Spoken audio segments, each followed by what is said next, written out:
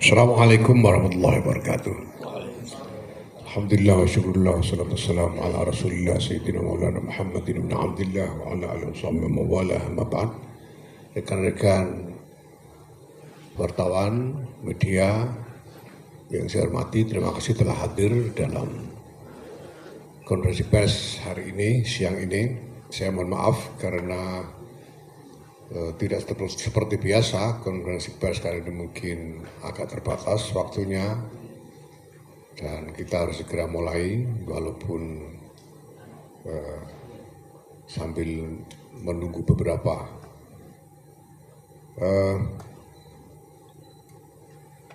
Insya Allah besok pukul 9 pagi Sabtu tanggal 31 Januari 2026 kita akan selenggarakan resepsi puncak peringatan hari lahir Nahdlatul Ulama yang ke-100 tahun menurut kalender Masehi.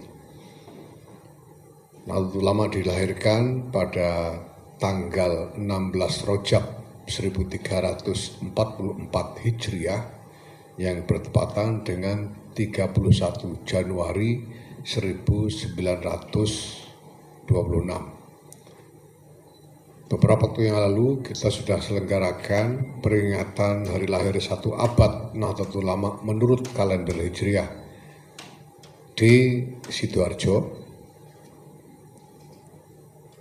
pada tanggal 16 Rajab 1444 dan sekarang kita akan peringati 100 tahun hari lahir Nahdlatul Ulama menurut kalender Masehi 31 Januari 2026. Alhamdulillah persiapan sudah lengkap, akan hadir sebagai partisipan nanti seluruh segenap jajaran pengurus besar Nahdlatul Ulama, Tanfidiyah, Suriyah, lembaga-lembaga, mustasyar, awan, dan juga akan hadir seluruh badan-badan otonom yang ada, Muslimat, Fatayat, Ansor, dan lain sebagainya. Akan hadir juga pimpinan-pimpinan pondok pesantren dari seluruh Indonesia, pesantren-pesantren besar, dan juga para kiai sepuh. Hadir juga perwakilan dari semua pengurus wilayah Nahdlatul Ulama seluruh Indonesia dari 38 provinsi dan juga semua pengurus cabang Nahdlatul Ulama dari seluruh Indonesia. 548 pengurus cabang seluruh Indonesia sudah hadir. Sebagian besar peserta sudah tiba dan menyiapkan diri di pusat penginapan, yaitu di Hotel Sultan Jakarta, dan semuanya sudah mengkonfirmasi kehadiran mereka. Insya Allah beserta dengan para jamaah umat yang akan hadir juga. Besok kita mengharapkan kita bisa mengantisipasi hadirnya antara 8.000 sampai 10.000 peserta hadirin di dalam peringatan harlah 100 tahun Nahdlatul Ulama berdasarkan kalender Masehi ini.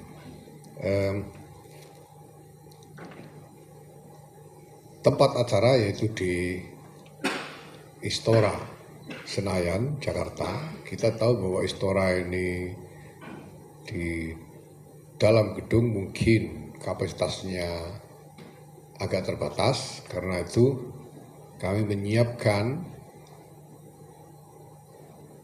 tempat bagi para peserta juga di sekitar gedung, dan kami menyiapkan instrumen-instrumen supaya semua yang hadir bisa mengikuti jalannya resepsi peringatan harlah tersebut. Insya Allah semuanya akan hadir. kami sudah mengirim undangan kepada Bapak Presiden Republik Indonesia, Bapak Prabowo Subianto, juga kepada seluruh menteri, kabinet, dan pimpinan-pimpinan badan serta lembaga, para dubes. Kami juga kirim semua undangan dan hampir semuanya sudah mengkonfirmasi kehadiran. Mudah-mudahan besok Bapak Presiden tidak berhalangan juga bisa hadir bersama-sama kami. Hal-hal yang sifatnya teknis sudah dikoordinasikan, termasuk dengan Pas Pampres. Ya, mudah-mudahan semua bisa berjalan lancar besok. Nah, suasana secara keseluruhan alhamdulillah juga sangat kondusif, karena seperti kita semua tahu bahwa pada tanggal 25 Desember yang lalu di Pondok Pesantren Lirboyo telah dilakukan pertemuan bersama-sama dengan para kiai sepuh mustasyar, dan arahan dari para kiai sepuh yang kemudian menjadi kesepakatan bersama adalah bahwa islah diterapkan untuk menghapus semua perbedaan dan perselisihan dan kembali kepada default, ya, kembali kepada asal keberadaan PBNU ini sebelum terjadi perselisihan. Dan saya kira kita semua juga sudah tahu, kemarin sore sudah terjadi semacam peneguhan tentang hal itu. Pada kesempatan itu juga salah seorang Ru'us Suriah, Pak Muhammad Nuh, juga menyerukan kepada semuanya untuk bisa hadir berpartisipasi di dalam puncak resepsi peringatan Harlah 100 tahun Nahdlatul Ulama menurut kalender Masehi ini, yaitu besok pagi pada jam 9 pagi di Istora Senayan, yang sebelumnya didahului dengan istighosah oleh jamaah yang akan dimulai ba'da subuh. Jadi nanti ba'da subuh jamaah sudah di sana mulai dengan istighosah untuk persatuan bangsa, untuk keselamatan bangsa, dan kemudian dilanjutkan dengan resepsi resmi peringatan Harlah Nahdlatul Ulama. Saya kira ya. Nah, sebetulnya sejak setelah kesepakatan di Lirboyo tanggal 25 Desember 2025 yang lalu, kami segera kemudian meluncurkan rangkaian kegiatan peringatan Harlah ini yang memang sudah disiapkan jauh-jauh hari, dan sebetulnya sebagian sebelum itu juga sudah terlaksana beberapa. Nah, di antara yang telah kami jalankan, misalnya kami mendukung napak tilas perjalanan Kiai As'ad Syamsul Arifin ketika membawakan tongkat dan tasbih serta pesan dari Syekhuna Muhammad Khalil bin Abdul Latif Bangkalan kepada Hadratus Syekh Kiai Muhammad Hasyim Asy'ari.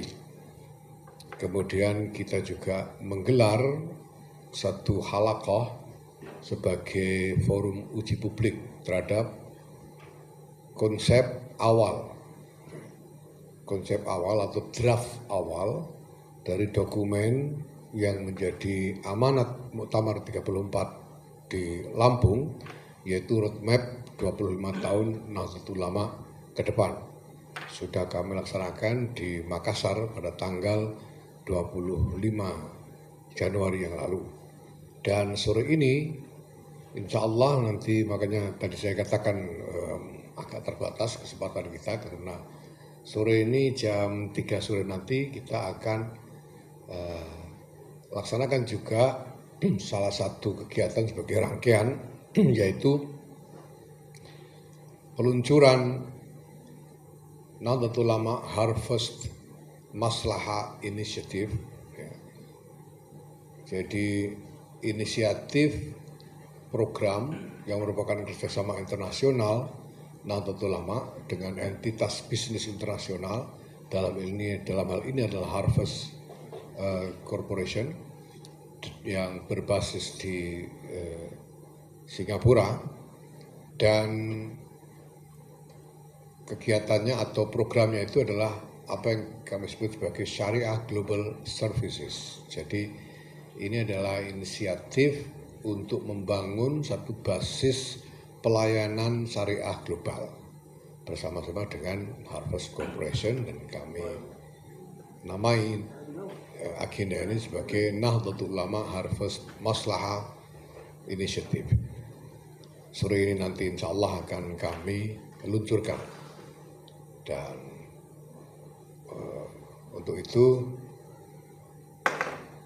kami juga sangat mengharapkan partisipasi dari rekan-rekan media di dalam kegiatan-kegiatan yang kami laksanakan tersebut, khususnya untuk peringatan atau resepsi puncak peringatan Harlah Nahdlatul Ulama ke-100 tahun menurut kalender Masehi besok pagi di Istora Senayan mulai jam 9 pagi sampai selesai, yang didahului dengan istighosah yang dimulai ba'da subuh. Saya kira ini yang bisa saya sampaikan. Silakan nanti kalau ada hal yang perlu ditanyakan. Terima kasih. Assalamualaikum warahmatullahi wabarakatuh. Waalaikumsalam. Silakan dari rekan-rekan. Silakan. Dua pertanyaan dulu ya. Tadi jaraknya sepersekian detik antara Mbak yang tambah sebelah yang dari Kumparan. Oke, silakan. Sebutkan nama dan asal medianya.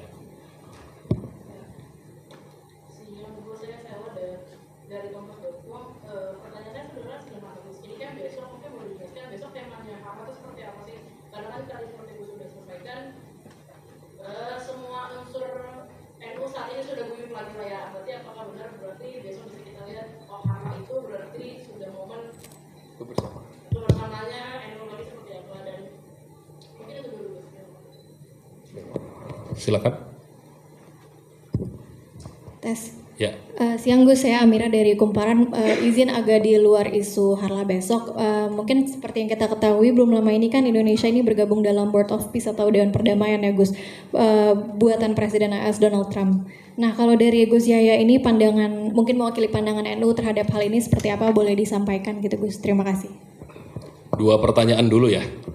Ya, silakan Gus. Tema dari Harlah kita hari ini adalah tema yang sudah kita tetapkan di dalam rapat gabungan pada bulan Agustus yang lalu, pada tanggal 21 Agustus 2025 yang lalu. Jadi sebelum ada rame-rame kita sudah menetapkan sebetulnya rencana pelaksanaan peringatan Harlah ini dengan tema mengawal Indonesia merdeka menuju peradaban mulia. Gagasannya adalah bahwa visi Nahdlatul Ulama ini sebetulnya sebangun dengan visi proklamasi kemerdekaan, yaitu untuk memperjuangkan peradaban yang mulia bagi seluruh umat manusia. Karena jelas sekali, dan itu bisa kita lihat secara harfiah di dalam pembukaan Undang-Undang Dasar 1945, bahwa visi proklamasi ini adalah visi untuk peradaban dunia, bukan hanya untuk kepentingan bangsa Indonesia sendiri, untuk kepentingan rakyat Indonesia sendiri, tapi untuk seluruh umat manusia. Sehingga dikatakan bahwa sesungguhnya kemerdekaan ialah hak segala bangsa. Ini selalu saya ulang-ulang. Kemerdekaan adalah hak segala bangsa. Dan oleh sebab itu maka penjajahan di atas dunia harus dihapuskan karena tidak sesuai dengan peri kemanusiaan dan peri keadilan. Maka aspirasi dari proklamasi kemerdekaan itu bukan hanya aspirasi Indonesia, tapi aspirasi segala bangsa. Maka amanat kita di dalam mengawal kemerdekaan Indonesia ini, Republik Indonesia ini adalah berarti memperjuangkan peradaban yang mulia untuk seluruh umat manusia. Itu yang akan menjadi tema peringatan yang telah menjadi tema peringatan harlah kita dan telah ditetapkan pada rapat gabungan pada tanggal 21 Agustus 2025.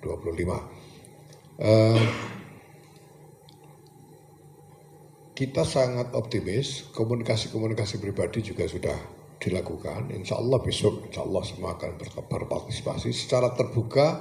Juga sebetulnya semuanya sudah menyatakan sudah kembali, ya, guyup lagi, ya. Seperti saya kutip tadi Pak Muhammad Nuh di dalam pertemuan kemarin sore itu sudah menyerukan supaya semua ikut hadir dalam resepsi puncak harlah besok pagi, insya Allah. Jadi mudah-mudahan besok kita bisa lihat bahwa seluruh unsur, seluruh slogarde NU ini sudah kembali bersatu, dan ini yang menjadi aspirasi dan membangkitkan moral dari seluruh jajaran NU sampai ke bawah, sehingga kita mendapatkan koordinasi kehadiran dari semua pengurus wilayah dari seluruh provinsi dan semua pengurus cabang, ya, dari semua kabupaten kota di seluruh Indonesia. Bahkan sebelum pertemuan kemarin berlangsung. Jadi ini memang aspirasi yang kuat sekali supaya kita kembali lagi bersama, bersatu, menyelesaikan apapun yang menjadi tantangan kita ke depan bersama-sama. Nah, yang kedua tadi dari Kumparan, ya, mengenai inisiatif Board of Peace yang dibuat oleh Presiden Amerika, kemudian Indonesia menyatakan bergabung dalam Board of Peace itu. Ya, saya kira semua orang memahami bahwa ini dipandang kontroversial oleh berbagai kalangan. Nah, kemudian kenapa Indonesia ini bergabung? Kenapa Presiden menyatakan bergabung? Tentu Presiden punya pertimbangan-pertimbangan sendiri, tapi dalam pandangan kami, saya sudah pernah nyatakan begini, berkali-kali sebetulnya, dan selama ini saya ulang-ulang, bahwa membantu Palestina adalah bagian dari amanat proklamasi kemerdekaan Republik Indonesia. Karena seperti saya katakan tadi bahwa aspirasi proklamasi itu bukan hanya aspirasi Indonesia, tapi aspirasi segala bangsa. Maka kita tidak boleh berhenti sampai kapanpun untuk terus membantu bangsa Palestina. Nah, pertanyaan berikutnya adalah dengan cara apa membantunya? Membantu dengan cara apa?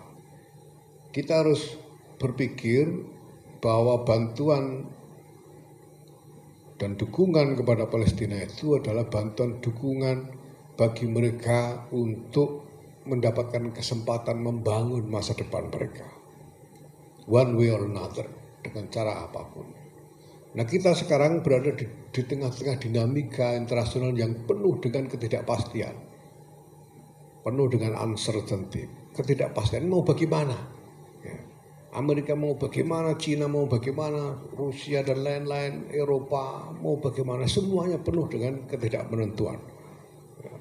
Wacana dan isu-isu kontroversial muncul, saling berebut dan sebagainya. Nah, di tengah ketidakmenentuan ini, kalau kita memang sungguh ingin berbuat sesuatu untuk membantu Palestina menemukan jalan keluar dari masalahnya, maka kita harus hadir di semua arena. Apapun arena itu, apapun platform yang tersedia, kita harus hadir supaya kita bisa berbuat sesuatu. Karena kalau kita tidak hadir, kita hanya akan menonton dan membiarkan orang menentukan jalannya dinamika, jalannya pertarungan, dan proses-proses yang berlangsung sesudahnya. Maka menurut saya keputusan Presiden untuk bergabung dalam Board of Peace ini, saya kira adalah keputusan yang tepat berdasarkan komitmen yang abadi untuk membantu Palestina. telah dinyatakan bahwa Board of Peace ini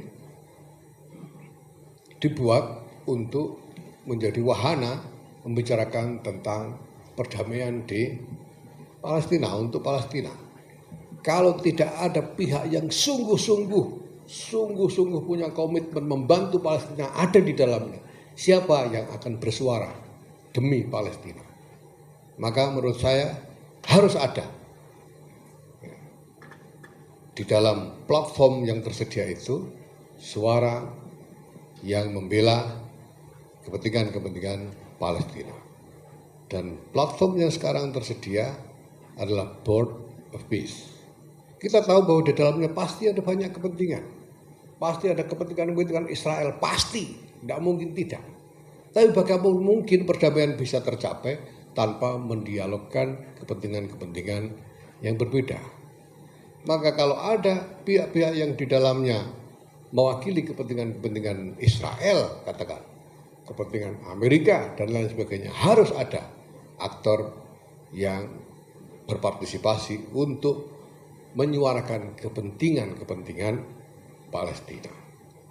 Dan saya sangat mendukung agar Presiden Prabowo Subianto memainkan peran itu dengan sungguh-sungguh supaya dari waktu ke waktu terus-menerus kita jangan sampai absen di dalam ikhtiar apapun untuk membantu Palestina. Saya kira itu. Terima kasih. Oke, ada lagi? Oh, Iqbal dulu sebentar ya, urut. Silakan. Assalamualaikum Gus Yahya, saya Iqbal dari Harian Kompas. Ada 2 pertanyaan Gus. Yang pertama soal apa sih makna peringatan hari 100 tahun bagi PBNU? Yang pertama, yang kedua sekedar penegasan aja Gus. Tadi kan disebutkan bahwa kemarin Prof. Nu sudah juga mengajak seluruh PBNU untuk hadir. Nah, tapi beberapa waktu lalu sempat ada surat dari Rois Am yang meminta Harlah diundur, dan kemarin juga saya tanya masih belum firm apakah Rois Am sudah sepakat untuk acara besok atau belum. Nah, update-nya sampai siang ini seperti apa Gus? Matur suwun. Oke, langsung disambung Pak Idin ya. 2 pertanyaan dulu. 2 pertanyaan aja ya. Iya. Ya, Assalamualaikum Gus, izin saya Idin Republika Gus.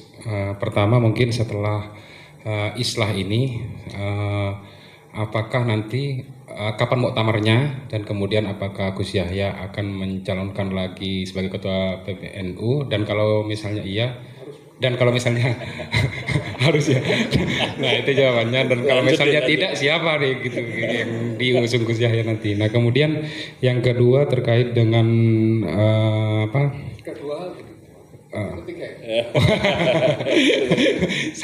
kedua Gus, soal ini Gus, masalah kan di Tenggarai yang menggoncang PBNU ini adalah masalah tambang gitu. Nah, apakah nanti ada rencana dari PBNU untuk mengembalikan tambang atau masih akan dikelola lebih baik lagi gitu? Terima kasih. Oke. Terima kasih Idin. Silakan Gus.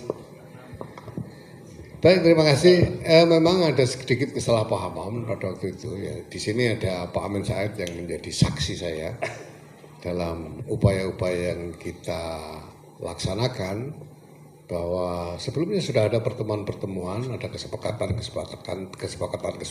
dengan Rois Am, sampai pada titik bahwa setelah terjadi pertemuan kemarin sore maka semua kembali ke default, dan itu berarti semua kita laksanakan bersama-sama. Ada sedikit kesalahpahaman yang sifatnya sangat teknis, misalnya soal pencantuman nama Rois Am di dalam undangan. Karena prinsip untuk melaksanakan peringatan itu sebetulnya sudah disepakati bersama, maka sebetulnya kesepakatan teknis ini tidak terlalu berarti, dan itu semua terhapus dengan pertemuan kemarin. Selanjutnya komunikasi sudah kami lakukan juga. Insya Allah semuanya akan kembali bersama-sama lagi besok, insya Allah ya. Insya Allah. Nah, kemudian mengenai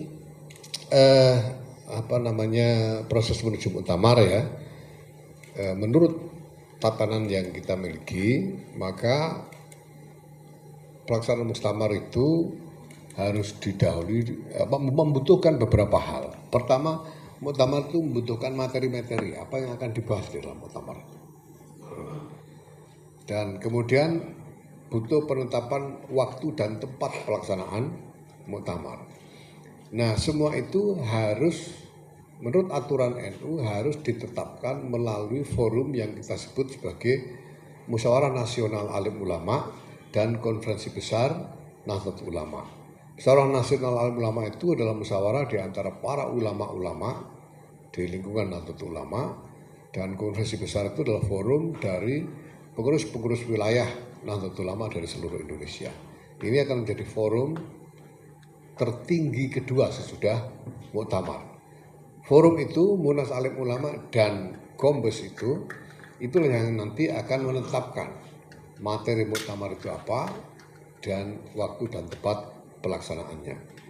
Kemarin tersiar kabar bahwa ada semacam ancar-ancar bahwa Munas dan Kombes dilaksanakan Syawal, muktamar dilaksanakan Juli atau Agustus. Saya kira ini adalah ancar-ancar untuk memberi panduan kepada kita secepat apa kita harus bekerja, persiapkan semua itu supaya bisa terlaksana dengan sebaik-baiknya. Ya. Mudah-mudahan kita bisa capai apa yang menjadi ancar-ancar itu. Kalau pertanyaan soal saya sendiri, apakah nyalon lagi atau tidak? Saya beritahu sejak 25 Desember 2021, sejak 25 Desember 2021, sebetulnya sudah tidak ada lagi Yahya Khalil Stakuf, sudah musmuksa.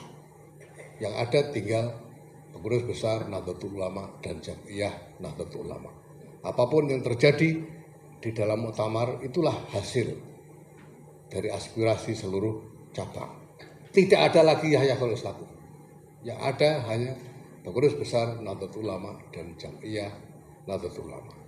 Nah, kemudian mengenai tambang, orang-orang mungkin agak ramai menyebutkan tambang sebagai sebab konflik dan sebagainya. Ini sebetulnya pengulangan juga pernyataan saya selama ini bahwa mungkin memang tambang menjadi salah satu faktor, tapi pasti bukan satu-satunya. Pasti bukan satu-satunya. Karena isu yang berkembang juga kompleks. Semua orang tahu apa saja percakapan yang terjadi seputar ini. Kompleks, dan tambang bukan satu-satunya. Sementara tambang itu sendiri sampai sekarang belum keluar hasilnya. Jadi belum ada operasi yang sungguh-sungguh berjalan mengenai tambang ini. Nah, apakah ini akan dikembalikan atau tidak? Sebabnya apa dulu? Itu harus melalui diskusi yang dalam dan panjang. Di dalam NU sendiri keinginan bermacam-macam. Ya. Ada kalangan yang mungkin udahlah nggak mau repot dengan soal tambang karena nggak ngerti sama sekali. Ada yang berharap bahwa nanti akan ada revenue yang bisa digunakan untuk kemaslahatan dan lain sebagainya. Ini semua harus didiskusikan. Karena pasti nggak mungkin saya misalnya sebagai ketua umum membuat keputusan sendiri, Prof. Am membuat keputusan sendiri juga, tidak mungkin. Ini harus melalui diskusi yang panjang, ya, dan melibatkan semua pihak. Harus menjadi keputusan bersama, sebagaimana keputusan pada waktu dulu PBNU menerima, ya, menyatakan menerima konsesi tambang. Itu juga bukan keputusan perorangan, tapi keputusan organisasi. Dan keputusan untuk menerima dulu itu diambil dengan persepsi bahwa konsesi itu adalah agenda negara, agenda pemerintah yang NU tinggal menerima. Itu agenda negara, agenda pemerintah yang tinggal diterima oleh NU tanpa NU meminta atau menuntut apapun. Maka NU menerima konsesi ini sebagai agenda pemerintah, sebagai agenda negara yang nanti pengelolaannya tentu harus dengan prinsip koordinasi, supervisi dari pemerintah. Pasti. Tidak bisa tidak. Karena ini bukan seperti orang kasih permen lalu boleh dibawa lari kemanapun dia suka. Ya. Ini adalah agenda pemerintah, ini agenda negara ini. Tidak bisa NU lalu apa namanya mempergunakan semaunya juga tidak bisa. Semuanya harus sesuai dengan maksud dan tujuan serta cara-cara strategi yang memang dikehendaki dan disepakati bersama-sama dengan pemerintah. Ya. Ini, saya kira demikian. Masih. Terima kasih. Kalau Tadi cukup sih. Mas, sebentar, Mas yang ini yang pakai batik coklat, silakan. Langsung ya.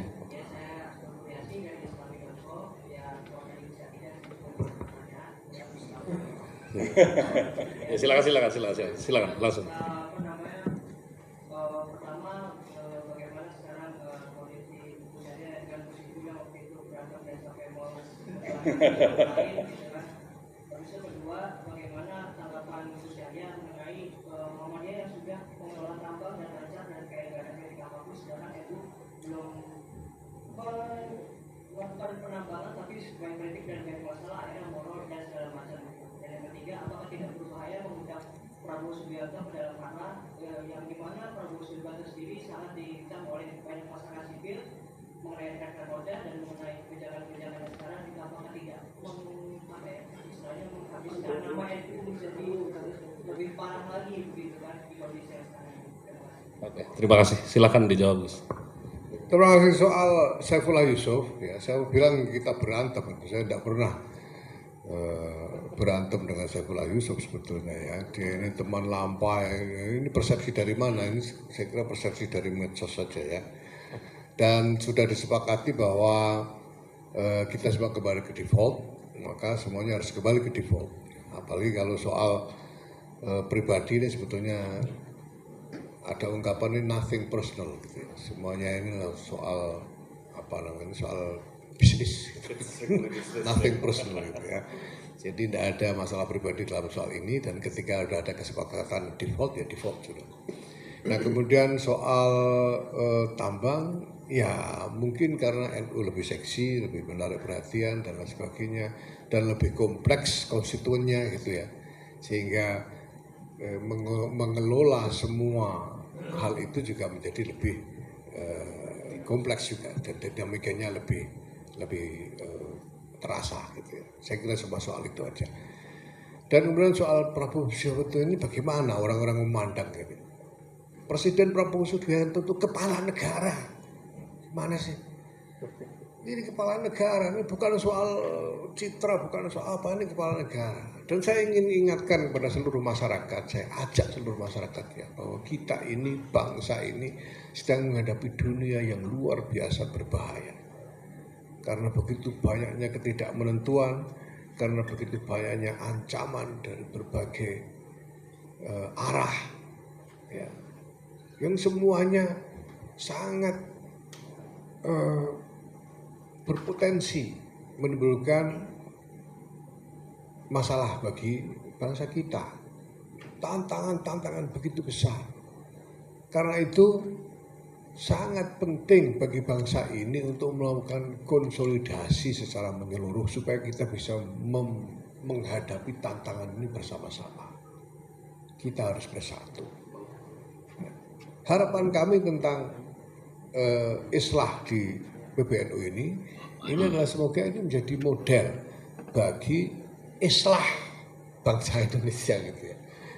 Karena dalam islah NU ini sudah kita lupakan, sudah tidak ada lagi argumentasi macam-macam soal ini itu, udah bareng lagi aja sudah. Supaya kita bersama-sama lagi menghadapi apapun yang kita hadapi di depan. Saya kira demikian juga dengan bangsa Indonesia ini. Mari kita berkonsolidasi bersama-sama. Jelas ada banyak sekali kepentingan yang bertentangan, namanya satu bangsa yang begini besar. Ya, tapi mari kita sudah lupakan pertentangan-pertentangan itu. Mari kita bersatu, berkonsolidasi bersama-sama di bawah kepemimpinan kepala negara.